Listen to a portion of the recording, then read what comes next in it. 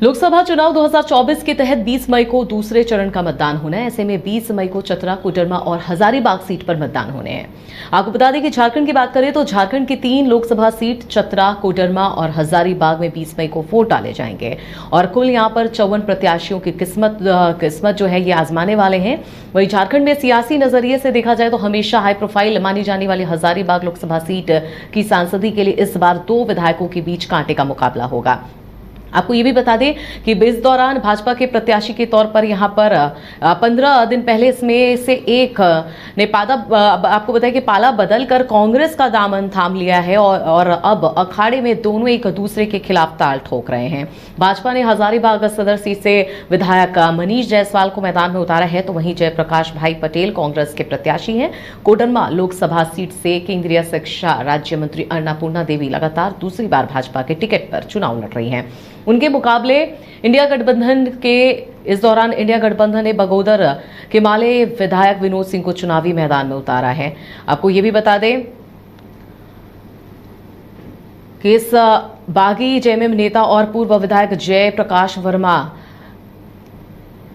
ने चुनावी मुकाबले को त्रिकोणीय बना दिया है। चतरा से कांग्रेस ने केएन त्रिपाठी को प्रत्याशी बनाया है, तो वहीं इन्हें टक्कर देने के लिए भाजपा ने स्थानीय कालीचरण सिंह को चतरा सीट से प्रत्याशी बनाया है। वहीं बिहार में 5वें चरण के तहत आपको बता दें कि बिहार के जिन 5 लोकसभा क्षेत्र सीतामढ़ी, मधुबनी और साथ ही सारण, हाजीपुर और मुजफ्फरपुर में भी मतदान होना है।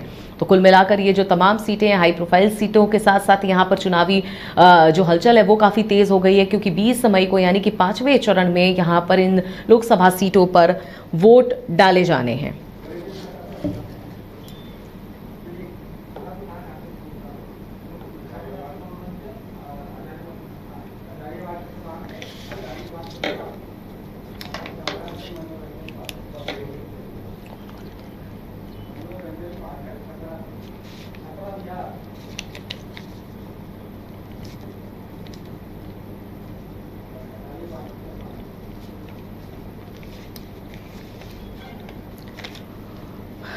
तो 20 मई को वो 5वें चरण की वोटिंग होनी है। ऐसे में हजारीबाग लोकसभा क्षेत्र जो है ये सीट है काफ़ी अहम मानी जाती है। इस सीट पर मुकाबला भी काफ़ी दिलचस्प होने वाला है। आपको बता दें कि यहाँ से मनीष जायसवाल और जेपी पटेल के बीच में मुकाबला होगा और काफ़ी इंटरेस्टिंग होने वाला है ये मुकाबला। हालांकि लगातार इसके अलावा चतरा की बात कर ले, कोडरमा की बात कर ले, यहाँ पर भी चुनाव होने और बिहार में भी 5 लोकसभा सीट पर चुनाव होने हैं। ऐसे में सीधा रुख करते हैं हजारीबाग से हमारे साथ हमारे सहयोगी जुड़ चुके हैं, माफ कीजिएगा शशांक, उनका रुख करते हैं।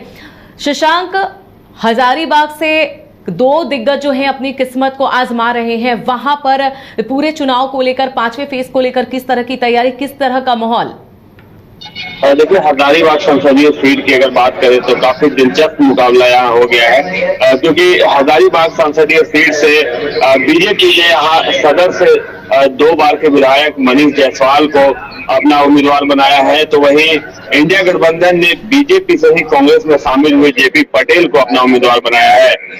हजारीबाग संसदीय सीट काफी हॉट सीट हो गई है। 20 मई को यहाँ चुनाव है और ऐसे में काफी दिलचस्प मुकाबला है, क्योंकि हजारीबाग को जो है बीजेपी का गढ़ कहा जाता है और इस बार मांडू से विधायक है जेपी पटेल, उन्होंने पल्ला बदलते हुए कांग्रेस ज्वाइन किया और कांग्रेस ने उन्हें उम्मीदवार बनाया। ऐसे मुकाबला काफी दिलचस्प हो गया है।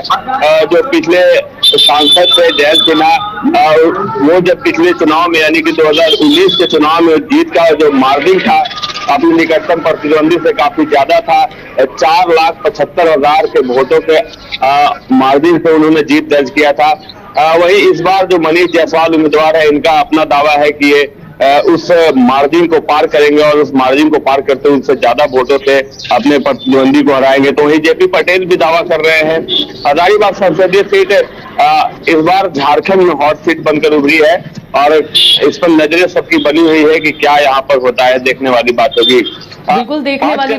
जी जी बिल्कुल देखने वाली बात होगी। और लेकिन ये भी जानना चाहेंगे शशांक कि वहां पर जो इस बार मुद्दे होंगे, क्या मुद्दे हैं, जनता क्या सोचकर वोट करने वाली है, क्योंकि 5वें चरण में यहाँ पर वोटिंग होगा। ऐसे में वहां की जनता का क्या सोचना है, इसको लेकर क्या जनता सोचती है? क्या ये चीजें आपने टटोलने की कोशिश की कि जनता के मूड में क्या है, जनता क्या सोच रही है, किसे वोट करने के लिए, किसी को भी, किसी भी प्रत्याशी को वोट करने के लिए दिमाग में क्या रखकर उन्हें वोट करेगी? देखिए, दोनों उम्मीदवारों की बात करें तो दोनों ही उम्मीदवारों ने विस्थापन को अपना अहम मुद्दा बनाया है। दोनों ही उम्मीदवार जहां भी वोट मांगने जा रहे हैं, जहां भी उनकी सभाएं हो रही हैं, विस्थापन काफी अहम मुद्दा है।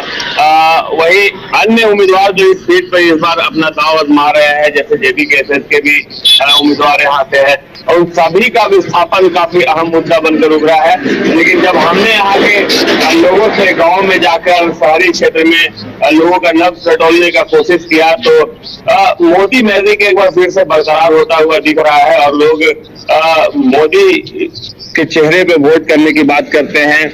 वही कुछ क्षेत्रों में जैसे जेपी पटेल का जो मांडू विधानसभा क्षेत्र है, वहाँ उनका भी अपना दबदबा है। और अगर हम जाति की बात कर ले तो जाति के हिसाब से उनके विधानसभा क्षेत्र में जिस कास्ट से जेपी पटेल आते हैं उनकी संख्या ज्यादा है, तो वो उस पर अपना दांव खेलते हैं और बोलते हैं कि वो वोट बैंक पर हमारा कब्जा है। तो उस वोट बैंक को वो अपना बताते हुए उस पर दांव खेल रहे हैं। अभी हाल ही में एक घटना जो हुई है, जेपी पटेल के बहनोई शिवलाल महतो को बीजेपी ने हजारीबाग से बीजेपी ज्वाइन किया है उन्होंने जल्द ही, तो उस जाति के वोट को भी बीजेपी बांटने की कोशिश कर रही है।